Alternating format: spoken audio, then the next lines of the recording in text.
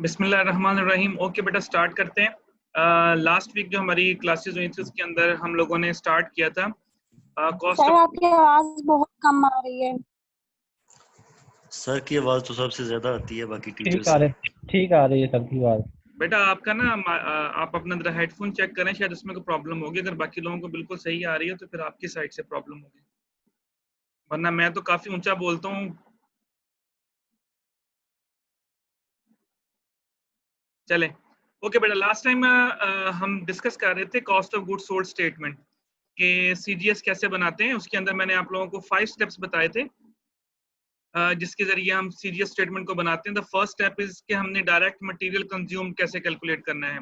उसके अंदर हम लोगों ने देखा था कि आपने ओपनिंग इन्वेंट्री को लिया था, उसमें आपने परचेजेस को ऐड किया था, लेस किया था क्लोजिंग इन्वेंट्री को, तो हमारे पास मटेरियल कंज्यूम्ड कैलकुलेट हो गया था। इसी तरह फिर हमने सेकंड स्टेप के अंदर लेबर को डील किया था, थर्ड स्टेप के अंदर हमने फैक्ट्री ओवरहेड को डील किया था, फोर्थ स्टेप के अंदर हमने वर्क इन प्रोसेस को डील किया था, और फिफ्थ स्टेप के अंदर हम लोगों ने फिनिश्ड गुड्स को डील किया था। इस तरह हमारे पास जो एट द एंड आंसर आया था, that answer is called cost of goods sold statement. ये स्टेटमेंट आपके सामने शो भी हो रही है, उसका फॉर्मेट भी आपको शो हो रहा है। अगर बेटा if you want to ask any question regarding this statement you can ask. अभी आपके सामने ओपन है। मैंने बोला था आप लोगों को कि आप लोगों ने प्रैक्टिस क्वेश्चंस करने हैं। जी बेटा, सर सेकंड वाला क्वेश्चन करवा दें। सेकंड वाला क्वेश्चन प्रैक्टिस क्वेश्चन बेटा। जी सर। ओके चले, मैं सेकंड क्वेश्चन ओपन करता हूँ, इसके अलावा बाकी लोग भी देख लें बेटा, अगर कोई प्रॉब्लम है तो वो हम कर लेंगे। ओके, ये आपके सामने बेटा डाटा गिवन है। इसके अंदर उसने ये देखिए, आपको मैं पहले डाटा थोड़ा सा रीड कर देता हूँ ताकि आप लोगों को थोड़ा सा आइडिया हो जाए कि क्या वो डाटा सारा हमसे रिलेटेड है जो हम लोगों ने अभी डिस्कस किया था। अभी देखिए उसने आपको रॉ मटेरियल इन्वेंट्री दी है जुलाई फर्स्ट। फर्स्ट का मतलब होता है कि स्टार्टिंग ऑफ द मंथ की आपके पास इन्वेंट्री है। अगर 30th लिखा होगा तो एंड ऑफ द मंथ होगा, चाहे वो जुलाई हो वो जून हो जो भी हो। उसमें बाद परचेजेस दिया हुआ है। उसके बाद ये देखिए पावर हीट एंड लाइट, ये एक्सपेंसेस दिए हुए हैं। Indirect material purchase and consume दिया हुआ है। एडमिनिस्ट्रेटिव एक्सपेंसेस दिए हुए हैं, डेप्रिसिएशन ऑफ द प्लांट दिया हुआ है, परचेजेस रिटर्न दिए हुए हैं, फ्यूल एक्सपेंसेस दिया हुआ है, डेप्रिसिएशन ऑफ द बिल्डिंग दिया हुआ है, कैरेज इनवर्ड दिया हुआ है, बैड डेट्स दिए हुए हैं, इनडायरेक्ट लेबर दिया हुआ है, अदर मैन्युफैक्चरिंग एक्सपेंसेस दिए हुए हैं, रॉ मटेरियल इन्वेंट्री जून 30th, ये देखें जून 30th यानी जुलाई 1 से लेके जून 30th 2005, और ये देखें 2004 है, यानी पूरे साल की, ये साल की ओपनिंग इन्वेंट्री है। जुलाई 1 को साल ओपन हुआ और जून 30th 2005 को साल खत्म हुआ, तो ये क्लोजिंग इन्वेंट्री होगी। अच्छा, उसने बोला कि cost of raw material consumed, यानी आपने मटेरियल कंज्यूम जो है वो कैलकुलेट करना है। तो मटेरियल कंज्यूम्ड का बेटा हम लोगों ने जो फॉर्मूला पढ़ा था, वो फॉर्मूला क्या होता है, अगर आप लोगों को याद, उसमें ये था कि आपके पास ओपनिंग इन्वेंट्री होती थी, उसमें हम ऐड करते थे परचेजेस को और उसमें से लेस कर देते थे क्लोजिंग इन्वेंट्री को। अच्छा, एक चीज और बेटा, जब आप मटेरियल कंज्यूम कैलकुलेट करते हैं, नो डाउट कि उस वक्त तो मैंने आपको जनरल फार्मूला बता दिया। बाज दफा ऐसे होता है कि जब आप मटेरियल खरीदते हैं तो उसके ऊपर आपको लाने का किराया भी पड़ता है, वो भी आपकी मटेरियल कॉस्ट के अंदर ही ऐड होगा। अगर आपको याद हो तो मैंने आपको बोला था कि जब आप कोई चीज परचेज करते हैं तो हर वो कॉस्ट जो डायरेक्टली प्रोडक्ट से रिलेटेड होती है वो उसकी डायरेक्ट कॉस्ट होती है। फॉर एग्जाम्पल, अगर आपने कोई एसी परचेज किया 80,000 का, उसको लाने के ऊपर आपको 2,000 रुपया रेंट पे करना पड़ा, तो वो एसी बेसिकली आपको 80 का नहीं बल्कि 82,000 का पड़ा, यानी वो 82,000 का आपको पड़ा। इसी तरह मटेरियल से रिलेटेड बेटा जो चीजें क्वेश्चन में गिवन होंगी वो मटेरियल के साथ ही आपने डील करनी है। अब फॉर एग्जांपल आपने कोई मटेरियल खरीदा, उसमें से कुछ खराब निकल आया, वो आपने वापस भी करना है, वो भी मटेरियल कंज्यूम के अंदर ही डील करेंगे। आपने उस मटेरियल के ऊपर कोई फ्रेट पे किया, कोई आपने किराया पे किया, तो वो भी आपने, अगर उसने मटेरियल के साथ वर्ड लिखा हुआ है, यानी मटेरियल से रिलेटेड हर वो चीज जो मटेरियल से रिलेटेड होगी आपने उसको मटेरियल कंज्यूम्ड में जो है वो डील करना है। अब फॉर एग्जांपल आपके सामने यहाँ पे मैं आपके सामने ये ओपन है रॉ मटेरियल कंज्यूम्ड। बेटा फार्मूला, जनरल फार्मूला आपके पास पता है क्या है, ओपनिंग इन्वेंट्री, उसमें आप परचेजेस को ऐड करते थे और लेस करते थे क्लोजिंग इन्वेंट्री को। परचेजेस को ऐड करने के बाद अगर उसमें से कुछ चीजें खराब निकल आई तो आपने परचेजेस में से उसको माइनस भी करना है टोटल करने से पहले। अगर आपने उसके ऊपर कोई किराया पे किया तो आपने वो किराया भी उसमें ऐड करना है, देन मटेरियल कंज्यूम्ड कैलकुलेट होगा। इस क्वेश्चन के अंदर ऐसे ही दिया हुआ है, अगर आप देखें तो इसके अंदर उसने आपको फ्रेट भी दिया हुआ था, इसके अंदर उसने परचेजेस रिटर्न का वर्ड भी यूज किया हुआ है। अब for example raw material of January 1 25,000, ये देखिए उसके सामने आपके सामने 25,000 उसने लिखा हुआ है। इसमें ऐड करना है परचेजेस, ये देखिए परचेजेस आपने की 1,25,000 की, ऊपर में हाईलाइट भी कर रहा हूँ। आपने यहाँ लिखा है 1,25,000, हालांकि ये 25,000 में ऐड हो जानी थी, लेकिन उसने यहाँ पे इसको एक साइड पे लिखा है, इसके ऊपर पहले वो वर्किंग कर रहा है। आप बेशक इसके नीचे लिख लें, कोई फर्क नहीं पड़ता, इट्स अप टू यू, जैसे ही आपने करना है, जैसे मर्जी इसको लिख लें। अब मसला ये है कि इस परचेजेस के साथ उसने कुछ करना है। अब यहाँ पे देखिए उसने कुछ परचेजेस रिटर्न दी होंगी आपको, ये देखें परचेजेस रिटर्न है 7,000, इसका मतलब कि जो चीजें हमने खरीदी थी कुछ चीजें उसमें से खराब निकल आई हैं। अब जो चीजें बेटा खराब निकली हैं वो हमारे स्टॉक में तो नहीं है, वो तो हमने वापस भेज दी, तो वो माइनस करेंगे इसमें से। अब यहाँ माइनस के लिए उसने देखिए ब्रैकेट्स का इस्तेमाल किया है, तो जो जब ब्रैकेट्स का इस्तेमाल होगा तो वो जो चीजें होंगी बेटा जो ब्रैकेट्स के अंदर होंगी वो माइनस हो रही होंगी। अब देखिए 1,25,000 में से 7,000 की चीजें खराब निकली, तो हमारे पास एक्चुअल चीजें कितनी आई? 1,18,000। ये देखें, अब ये वो चीज वो परचेजेस हैं जो हमारे पास एक्चुअल पूरे साल में आई। हाँ, अगर उसने ये रिटर्न ना दी होती तो 1,25,000 मैंने यहाँ लिख देना था 1,18,000 की जगह पे, क्योंकि हमने कोई चीज रिटर्न नहीं की। ओके, नंबर 1, अगर आपके पास परचेजेस रिटर्न गिवन हो तो आपने इसको ऐसे डील करना है, यानी आपने जितनी परचेजेस की थी साल के अंदर उसमें से उसको वापस करना है। उसकी वजह ये होती है कि वो चीजें हमारे पास नहीं आई। अच्छा, उसके बाद मैंने बोला था कि अगर उसने कोई किराया वगैरह पे किया है, अब यहाँ पे वर्ड लिखा हुआ है कैरेज इनवर्ड्स। दो तरह का बेटा किराया होता है, एक होता है कैरेज इनवर्ड, एक होता है कैरेज आउटवर्ड। कैरेज इनवर्ड का मतलब होता है कि कोई चीज हम मंगवा रहे हैं उसके ऊपर किराया देना। कैरेज आउटवर्ड का मतलब होता है कि कोई चीज हम सेल कर रहे हैं उसके ऊपर किराया पे करना। अब जो कैरेज आउटवर्ड होगा वो सेल्स के ऊपर पेमेंट होगी, और जो कैरेज इनवर्ड होगा वो परचेजेस के ऊपर आपकी पेमेंट होगी। यानी आपने वो किराया पे किया। इनवर्ड का मतलब है कि कोई चीज आपकी स्टॉक के अंदर आई है उसके ऊपर आपने कैरेज पे किया, और इसको हम परचेजेस से रिलेट करते हैं क्योंकि आपने कोई चीज परचेज की है जिसके ऊपर आप किराया पे कर रहे हो। अगर कैरेज आउटवर्ड का वर्ड लिखा हुआ आएगा क्वेश्चन के अंदर तो इसका मतलब है कि वो आपने उसको सेल्स में कहीं जाके डील करना है। वो मैं बताऊंगा जब हम अदर एक्सपेंसेस में आएंगे तो वहां मैं आपको बताऊंगा कि फैक्ट्री ओवरहेड के या अदर एक्सपेंसेस के अंदर हम उसको डील करेंगे जब हम इनकम स्टेटमेंट बनाएंगे। फिलहाल आप ये ध्यान में रखें कि जो कैरेज इनवर्ड होगा वो आपका परचेजेस से रिलेटेड होगा कि आपने वो किराया पे किया। अब देखिए यहाँ पे उसने क्या किया, ऐड कर दिया कैरेज इनवर्ड, और उसके बाद बेटा आपने लेस कर दिया एंडिंग इन्वेंट्री को, तो उसके बाद आपके पास जो आंसर निकला that answer is called cost of material consumed. यानी दो स्टेप इसमें और ऐड हो गया। हमने मटेरियल कंज्यूम जो जनरल पढ़ा था वो क्या था, opening inventory plus purchases less closing inventory. अब वो जो प्लस परचेजेस है उन परचेजेस के अंदर अगर उसने आपको रिटर्न दिया हुआ है तो आपने माइनस कर देना है, अगर उसने कैरेज दिया हुआ है तो उसको ऐड कर देना है।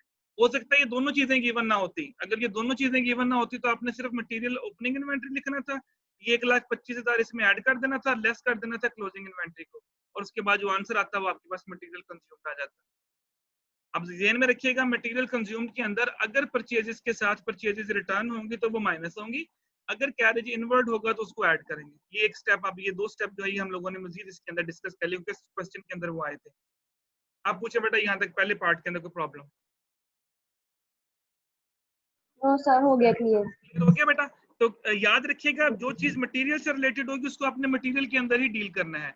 अच्छा, अब उसने बोला जी फैक्ट्री ओवरहेड कॉस्ट। बेटा फैक्ट्री ओवरहेड कॉस्ट बाज दफा तो मैंने बोला था कि आपको एफओएच के नाम से ही गिवन होगी कि ये फैक्ट्री ओवरहेड कॉस्ट है, लेकिन अगर उसने एफओएच के नाम से नहीं दिया तो वो मुख्तलिफ एक्सपेंसेस देगा आपको।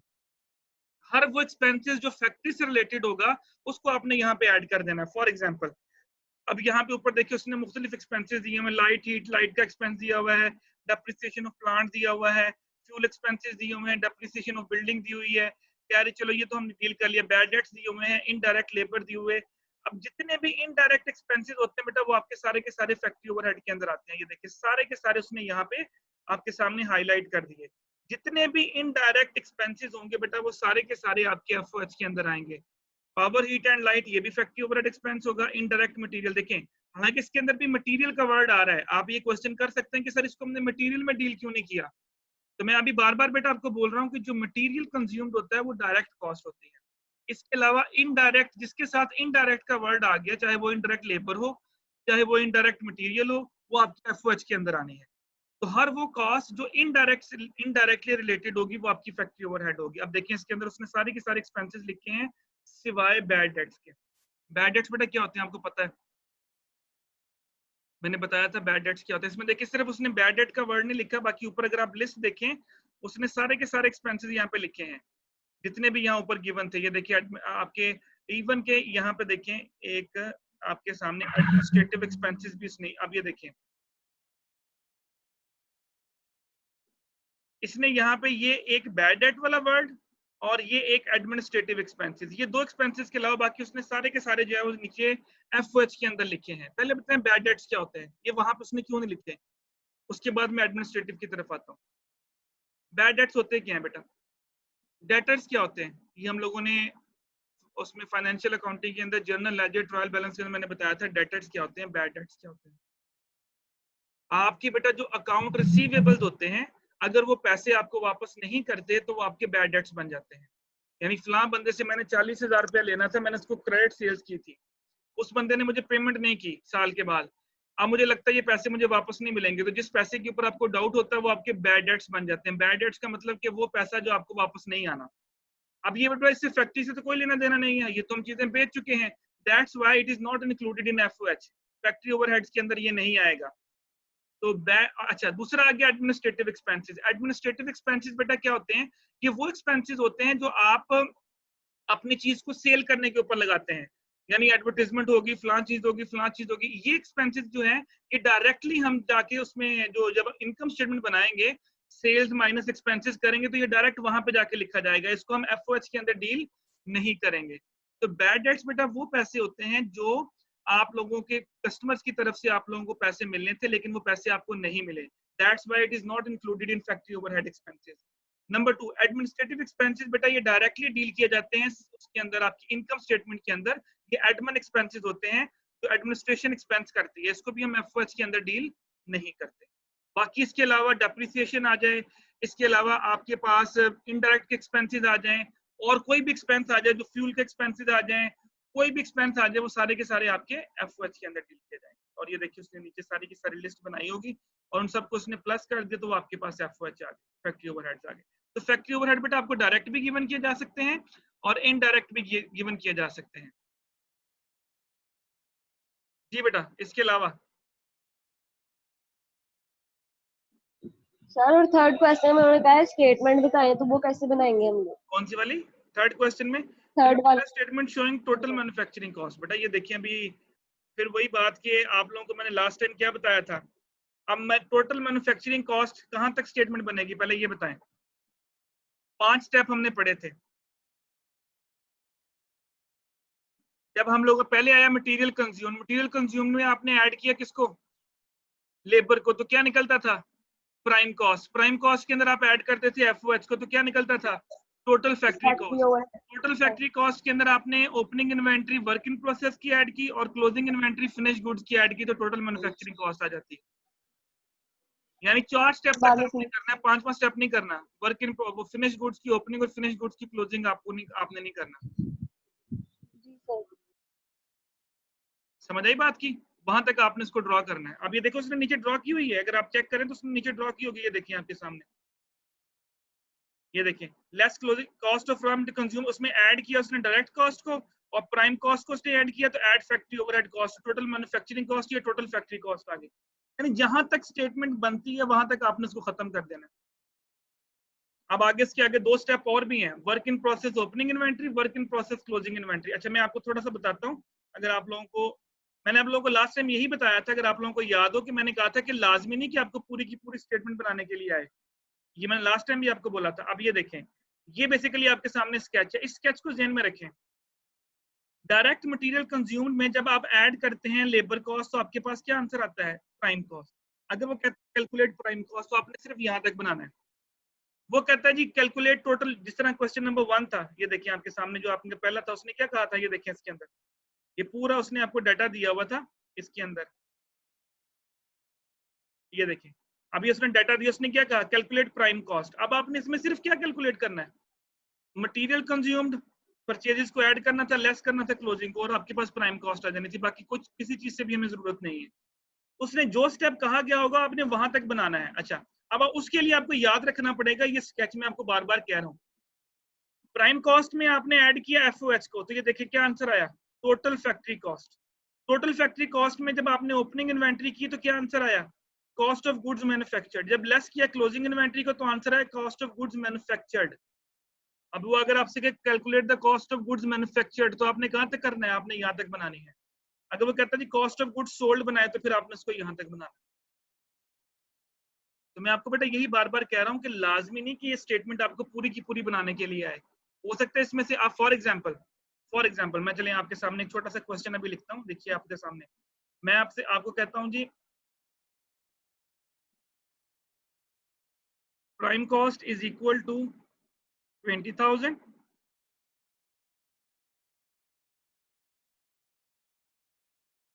FOH इज इक्वल टू 10,000 या 1 लाख, जितने भी लिखे। अब अगर मैं आपसे कहता हूँ जी कैलकुलेट टोटल फैक्ट्री कॉस्ट, अब आपको पता होना चाहिए कि टोटल फैक्ट्री कॉस्ट कैसे निकलेगी, कि जब प्राइम कॉस्ट के अंदर हम एफओएच को ऐड करेंगे तो आपके पास टोटल फैक्ट्री कॉस्ट आ जाएगी।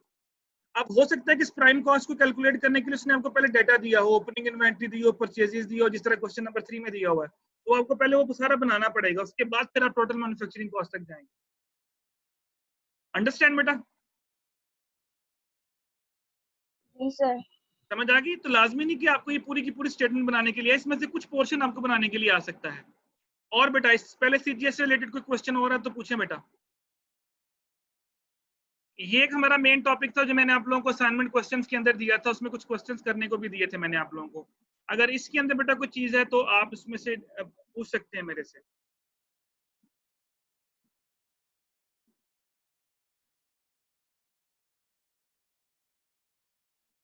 इसके अलावा बेटा कोई प्रॉब्लम तो पूछें। बाकी जो चीजें मैंने आपको क्लास में करवाई हैं, जो चीजें मैंने करवाई हैं, जितनी मैंने करवाई है, सिर्फ आपने उतनी ही करनी है। मतलब जितनी कि मैंने आप लोगों को चीजें करना है, इसके अंदर बेटा इतनी सारी चीजें हैं कि अगर मैं आपको सिर्फ यही टॉपिक पढ़ाने बैठूं तो पूरा सेमेस्टर में आपको ये टॉपिक पढ़ा सकता हूँ। मतलब इसके अंदर इतनी वैरायटी है कि इसके अंदर हम मुख्तलिफ तरीकों से और भी डील कर सकते हैं, लेकिन मैं सिर्फ आप लोगों को बेसिक चीजें बता रहा हूँ, क्योंकि आप लोगों का जो वैसे भी आपको पता है कि आप लोगों से रिलेटेड ये सब्जेक्ट है, तो मैं सिर्फ ये चाहता हूँ कि आपको थोड़ा सा आइडियाज हो जाए कि होती क्या है सीजीएस स्टेटमेंट। जी बेटा। सर हमारी लाइट चली गई थी, एक बार पीछे से बता दें थोड़ा सा, दोबारा कनेक्ट किया मैंने। क्या बताऊं बेटा, क्या चीज पूछनी है? सिर्फ उन्होंने ये क्वेश्चन नंबर 2 पूछा था, ये जो पीछे आप बता रहे थे वो कंज्यूम मटेरियल वाले का बता रहे थे सर, वो वाला लाइट चली गई थी तो डिस्कनेक्ट हो गया था। नहीं बेटा क्वेश्चन बताऊं, ये जिन्होंने क्वेश्चन पूछा था वो बताऊं? मैंने ये बोला था कि आपको हो सकता है कि ये सारे का सारा क्वेश्चन पूरा सॉल्व करने के लिए ना आए, मैं ये बता रहा था इनको। जी सर। मतलब फॉर एग्जांपल वो इसमें से कुछ पोर्शन जो है वो आपको पूछ सकता है, जिस तरह मैंने अभी बोला कि जी कैलकुलेट करें जी, टोटल मैन्युफैक्चरिंग कॉस्ट निकालें, टोटल फैक्ट्री कॉस्ट निकालें, तो आपने क्या करना होगा, मटेरियल कंज्यूम्ड कैलकुलेट करना होगा, उसमें आपने प्राइम कॉस्ट को ऐड करना है, तो आपके पास ये आपके पास टोटल फैक्ट्री कॉस्ट आ जाएगी। तो आपकी थोड़ी देर पहले जो मैं इनको चीजें बता रहा था वो यही बता रहा था कि हो लाजमी नहीं कि पूरी की पूरी स्टेटमेंट जो है वो आपको बनाने के लिए आए, इसमें से कुछ पोर्शन जो है वो आपको बनाने के लिए आ सकता है। उसके बाद फिर उन्होंने एक क्वेश्चन था वो पूछा था, वो मैंने अभी शायद उस वक्त आप थी जब वो हम क्वेश्चन नंबर 1 कर रहे थे, इसका सॉरी 2 कर रहे थे question number.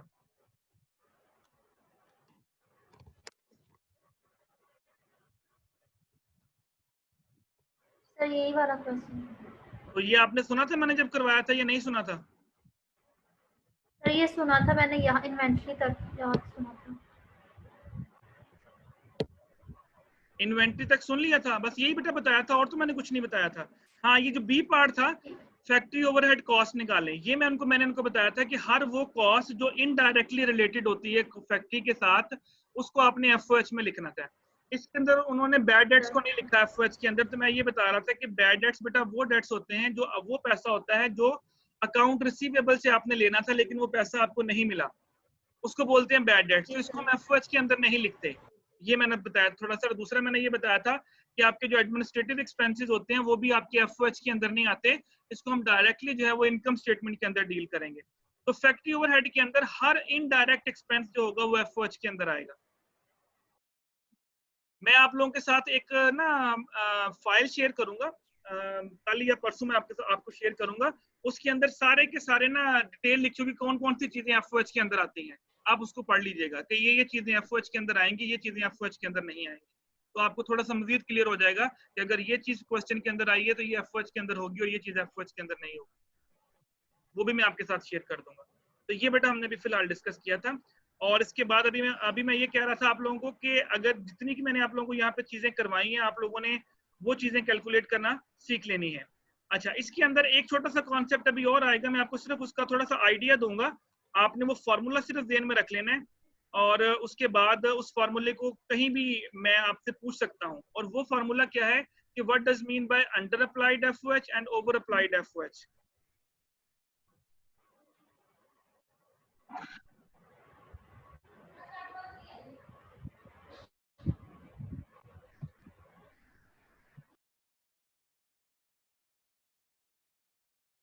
Okay, this is, ये आपने सिर्फ फॉर्मूला ध्यान में रखना है और कॉन्सेप्ट ध्यान में रखना है, ठीक है। उसके बाद बाकी अगर ये आपको पेपर में कुछ पूछा जाता है तो आपको ये डाटा गिवन होगा, लेकिन आपको सिर्फ कॉन्सेप्ट पता होना चाहिए।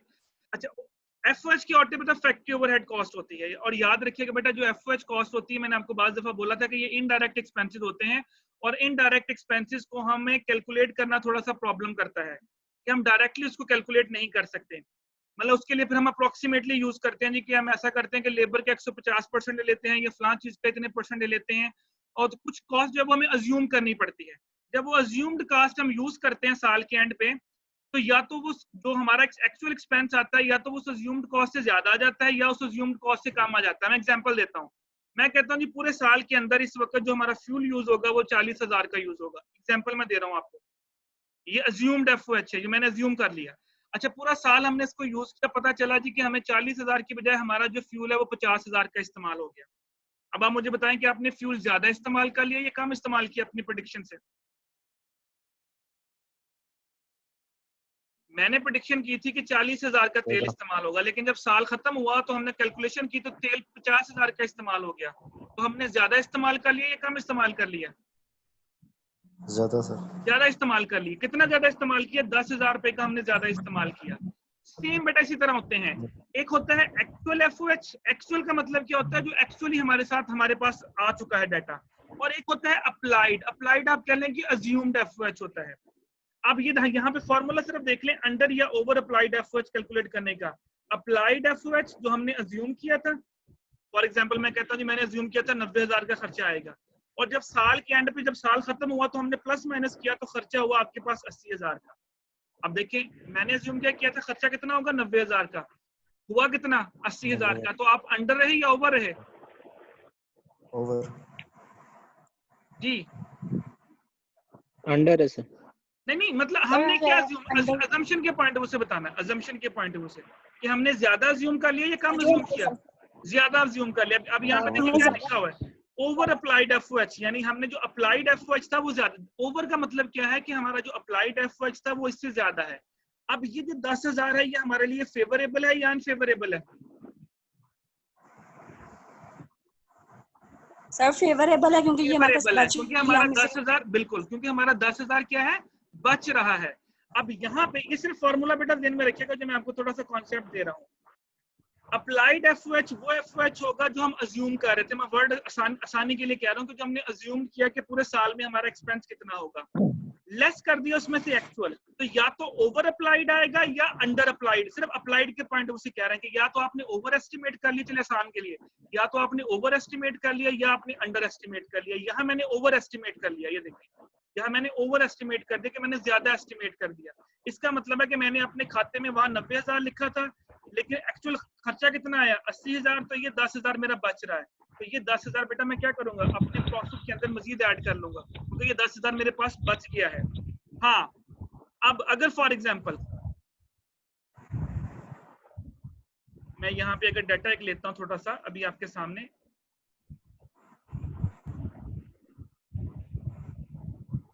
ओके, अगर मैं कहता हूँ जी कि अप्लाइड था हमारे पास 50,000 और एक्चुअल जो है वो आया 70,000।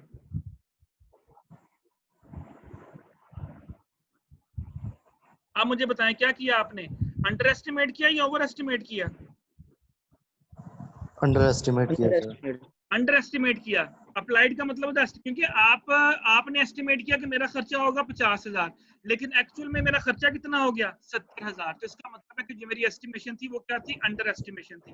तो जो 20,000 का फर्क आएगा, ये फर्क अब क्या होगा, ये हमारे लिए मजीद एक्सपेंस बन जाएगा। तो अगर मैं इसको प्रॉफिट के अंदर डील करूंगा तो मैं क्या करूंगा, अपने प्रॉफिट में से इसको माइनस करूंगा, जो मेरा प्रॉफिट आया होगा उसमें से उसको माइनस करूंगा। मैं आपको प्रॉफिट के साथ इसको डील करना बता रहा हूँ। ओवर अप्लाइड एफओएच आएगा तो उसको प्रॉफिट में ऐड कर देना है, क्योंकि वो 10,000 आपका बच रहा था, तो आपने कहा जी अगर मुझे प्रॉफिट फॉर एग्जांपल 90,000 का हुआ तो आपने मजीद 10,000 ऐड कर दिया तो मेरा प्रॉफिट 1 लाख बन गया। बाद में पता चला कि जो हम प्रॉफिट कैलकुलेट कर चुके हैं तो अप्लाइड जो था वो हमने अंडर एस्टिमेट किया 20,000, तो क्या करेंगे आप अपने प्रॉफिट में से इसको माइनस कर देंगे, तो उसको माइनस कर देंगे क्योंकि वो आपने अंडर एस्टिमेट किया, वो मजीद खर्चा हो चुका है, तो आपने उसको कहीं लिखा नहीं था, तो आप उसको प्रॉफिट में से लिख के माइनस करें तो आपके पास एक्चुअल प्रॉफिट आएगा। तो ओवर अप्लाइड या अंडर अप्लाइड का मतलब क्या होता है कि बेटा आपने जो ओवर एस्टिमेट किया या आपने उसको अंडर एस्टिमेट किया। तो ये मैं फैक्ट्री ओवरहेड से रिलेटेड ही आपको बता रहा हूँ, इसलिए बता रहा हूँ कि छोटा सा कॉन्सेप्ट आपके ज़हन में होना चाहिए, ये एमसीक्यूज टाइप आपको आ सकता है जिस तरह, और डील करना भी मैंने बता दिया कि अगर आपका ओवर एस्टिमेशन आई है, ओवर एस्टिमेशन का मतलब क्या है कि आपने ज्यादा एस्टिमेट कर लिया था, यानी आपने ज्यादा चीजें माइनस कर दी थी वहां पे, तो क्या करेंगे प्रॉफिट के अंदर इसको ऐड करेंगे, और अगर आपने अंडर एस्टिमेट किया है तो आपने इसको प्रॉफिट में से क्या करना है, लेस करना है। अब चलिए मैं आपको थोड़ा सा दिखाता हूँ, आपके सामने ये 10,000 रुपया ओवर अप्लाइड आया था ना, ये देखें ये 10,000 आपके सामने आया हुआ है ओवर अप्लाइड। अच्छा अभी इसी के अंदर मैं आपको एक छोटी सी चीज दिखाता हूँ, ये ध्यान में रखिएगा, मैं साथ ही आपको एग्जांपल भी दिखाता हूँ, इसने इसको आगे नीचे डील भी किया होगा, इसने यहाँ पे एक छोटी सी इनकम स्टेटमेंट बनाई होगी, मैं आपको इसके अंदर दिखाता भी। ये देखें ये इनकम स्टेटमेंट आ गई आपके पास, ये देखें सारा कुछ आपने इनकम स्टेटमेंट बना ली, एंड पे जाके देखेंगे, देखें नेट प्रॉफिट निकला था उसका 80,000, ये देखें नजर आ रहा है, नेट प्रॉफिट निकला था उसका 80,000। Yes sir. अब देखिए उसने क्या किया, ओवर अप्लाइड एफओएच को इसके अंदर ऐड कर दिया, अब उसका प्रॉफिट 80,000 नहीं बल्कि कितना बन गया, 90,000 बन गया। 90,000। क्योंकि आपने क्या किया था, आपने ओवर एस्टिमेट कर लिया था, ओवर एस्टिमेट किया आपने अंदाजा ज्यादा लगा लिया था लेकिन खर्चा कम हुआ, तो डेफिनेटली अगर खर्चा कम हुआ तो जो बाकी पैसे बच गए वो आपके प्रॉफिट में ऐड होने चाहिए, एंड वाइस वर्सा।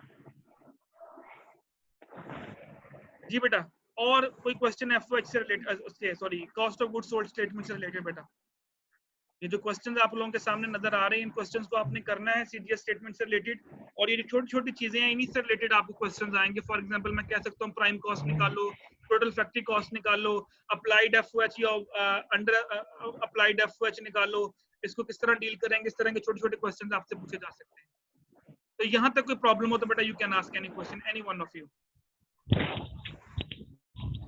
कर लेंगे अभी समझ आ गया सर। ये इस तरह तो जो मैनेजमेंट है किसी कंपनी में वो तो कोशिश करते होंगे कि हम ओवर एस्टिमेट कर लें, अंडर ना करें। बेटा कोशिश नहीं करते होंगे, आपने एक दफा एस्टिमेट कर लिया, जब आपकी साल के एंड पे स्टेटमेंट बननी है ना, तो एक्चुअल में तो आपके पास खर्चे लिखे आ रहे हैं ना, कागज पे लिखते जा रहे हो ना आप लोग खाते के अंदर, तो तब आपने उनको प्लस करके अपनी अजम्पशन के साथ मैच करना है। वो कम भी देखें, हाँ मैनेजमेंट कब अच्छी है, अब क्वेश्चन ये होना चाहिए मैनेजमेंट कब अच्छी है, जब वो अपने एक्सपेंसेस को कंट्रोल करे। अब एफओएच फैक्ट्री ओवरहेड कॉस्ट आ रही है, आपकी वेस्टेज हो रही है, आप अपने वेस्टेज को कंट्रोल करो, आप अपने अदर एक्सपेंसेस को कंट्रोल करो, तो ऑटोमेटिकली आप हमेशा ओवर अप्लाइड में आ जाओगे, क्योंकि आपके एक्चुअल खर्चे कम होंगे, एस्टिमेशन आपकी ज्यादा होगी, तो आप ओवर अप्लाइड में चले जाओगे। अब मैं इसकी छोटी सी एग्जांपल देता हूँ, बजट की एग्जांपल लेने, अभी आपके सामने बजट बोला गया। अब बजट क्या है बेसिकली, अब एस्टिमेशन लगाई गई कि फलां डिपार्टमेंट में इतना, फलां डिपार्टमेंट में इतना, फलां डिपार्टमेंट में इतना, ये आपने अप्लाइड यानी आपने ये अप्लाइड एफओएच कर लिया, आप ये समझ लें अप्लाइड बजट आपके पास आ गया। अब एक्चुअल कब होगा, जब आप उसकी लगाना शुरू करेंगे। हो सकता है कि आपने एजुकेशन के लिए पैसे रखे थे 20 मिलियन, लेकिन जब एक्चुअल आपने उसकी रिफॉर्म करना शुरू किया तो 20 मिलियन की बजाय आपको 30 मिलियन चाहिए था, अब 30 मिलियन लग गया आपका। अब इसका मतलब क्या हुआ कि आपकी एस्टिमेशन कम आ गई, तो आपको 10 मिलियन मजीद उसमें डालना पड़ेगा, लेकिन आपने रखा था 20 मिलियन, लेकिन आपने उसको इतनी अच्छी तरह हैंडल किया, 20 मिलियन की बजाय आपका 18 मिलियन में सारा काम बन गया जो आप करना चाह रहे थे, तो 2 मिलियन की आपने सेविंग कर ली। आजकल इमरान खान क्या कह रहा है, यही कहता है ना कि अपने एक्सपेंसेस को कंट्रोल करो, एक्सपेंसेस को कंट्रोल करो जी। वजीर आजम का खर्चा पहले 2 करोड़ होता था महीने का, अब मैं जी उसको 50 लाख पे ले आया हूँ, ये 1.5 लाख पे ले आया हूँ, जितना भी वो कहता है। अब वो जो बाकी की बचत है वो कहाँ जा रही है, प्लस ही हो रही है ना आपके कौमी खजाने के अंदर। दैट्स द कॉन्सेप्ट कि हम एस्टिमेट क्या कर रहे हैं और हम एक्चुअल में क्या कर रहे हैं। तो बेटा अगर आप अपने एक्चुअल को कंट्रोल कर लोगे ना, तो एस्टिमेशन ऑटोमेटिकली फिर आपको बेहतर रिजल्ट देगी। अब मैं एस्टिमेशन करता हूँ जी मेरा महीने का खर्चा है 50,000, अब एग्जांपल सुनिएगा, मेरा अप्लाइड क्या है जी, मेरा 50,000 खर्चा होना है, मैंने खर्चा करना शुरू कर दिया, करता गया, महीने के बाद पता चला मैंने 90,000 खर्चा कर दिया। एक्सपेक्टेशन कितनी थी 50,000, अब 40,000 बेटा मैंने कहाँ से लेके आना है। अब डेफिनेटली मैं प्रॉब्लम में आ गया ना। अब यही प्रॉब्लम कंपनी के साथ आती है कि आपने अप्लाइड इतना रखा था लेकिन एक्चुअल आपको ज्यादा हो गया था, वो 40,000 आपको मजीद ऐड करना पड़ेगा उसके अंदर। इसी को उल्टा कर लो, 50,000 मैंने एस्टिमेट किया था मेरा खर्चा होगा पूरे महीने का, लेकिन मैंने खर्चा रखा सिर्फ 40,000। 10,000 की मुझे सेविंग होगी ना महीने के बाद, वो 10,000 मेरे नेक्स्ट मंथ में ऐड हो जाएगा, यानी मेरे प्रॉफिट में ऐड हो जाएगा।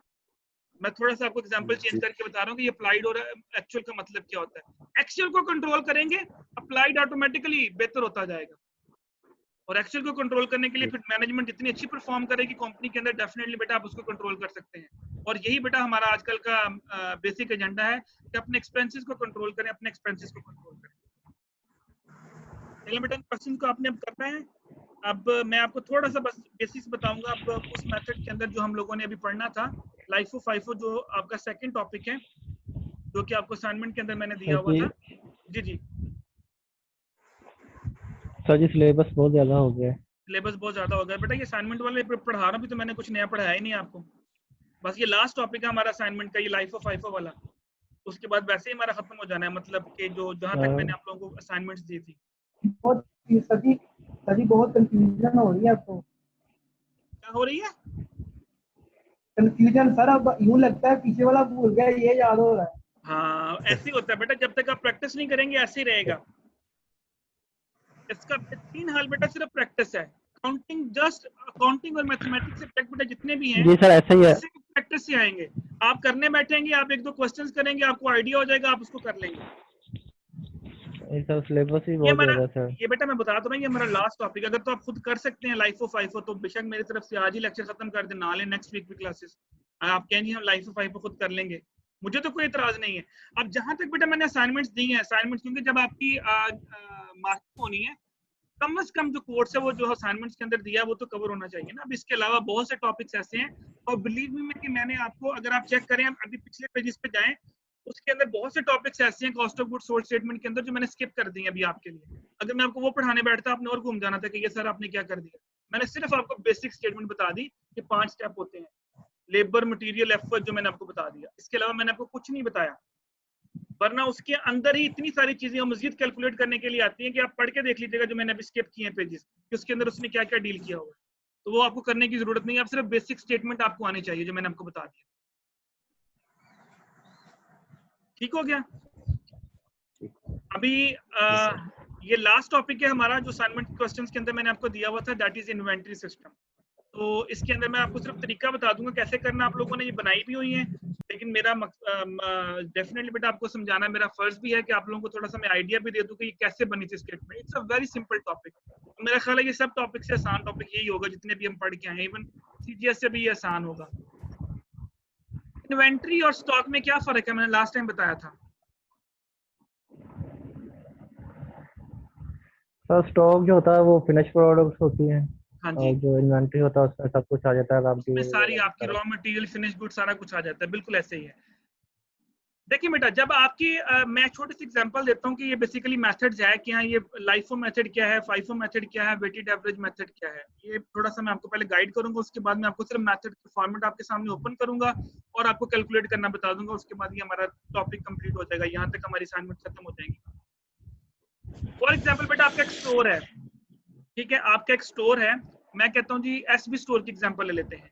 अब एसबी स्टोर के अंदर बेटा जितनी भी चीजें पड़ी हैं वो उसकी इन्वेंटरी है, चाहे कॉस्मेटिक्स पड़ी हैं, चाहे उसके अंदर दालें पड़ी हैं, चीनी पड़ी है, आटा पड़ा है, घी पड़ा है, कुछ भी पड़ा हुआ है, वो सारे का सारा बेटा उसका क्या है, उसकी इन्वेंटरी है। अभी बेटा ये हमारा वीडियो खत्म होने लगी है, आपने मुझे साथ ही ज्वाइन करना है। अगली क्लास कितने बजे आपकी?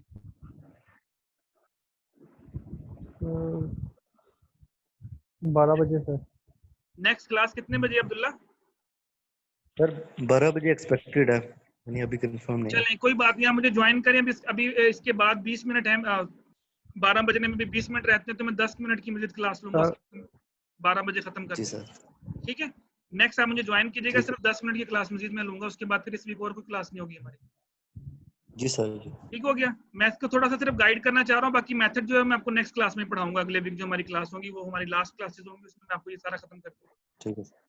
ठीक है, अभी मैं सिर्फ आपको थोड़ा सा आइडिया दूंगा, तो अभी मुझे दोबारा ज्वाइन करेंगे जैसे ये वीडियो खत्म होगी।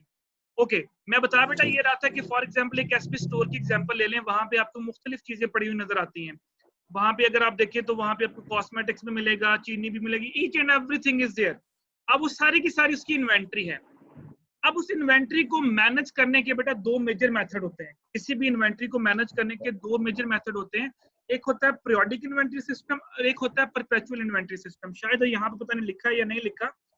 चलिए आप मुझे ज्वाइन करें दोबारा, मैं उसके बाद आपको लिखता हूँ, ये भी खत्म होने लगी, आप मुझे ज्वाइन करें।